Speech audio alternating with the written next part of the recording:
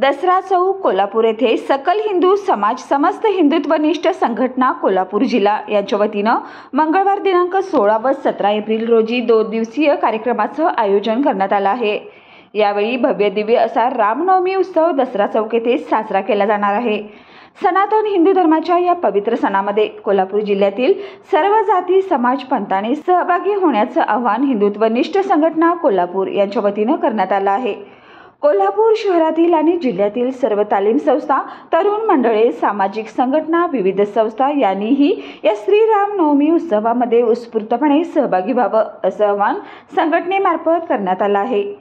यावेळी रामराज्य motorcycle rally, चित्ररूप, Ramayana प्रदर्शनाचं उद्घाटन, महायज्ञ, श्रीराम जन्म उत्सव, पारंपरिक पद्धतीने पाळणा, माता भगिनीसाठी श्रीराम नवमी निमित्तानं कुंकुमार्चनाचं आयोजन असं विविध कार्यक्रमाचं नियोजन मंगळवारी दिनांक 16 व 17 एप्रिल रोजी करण्यात आलंय।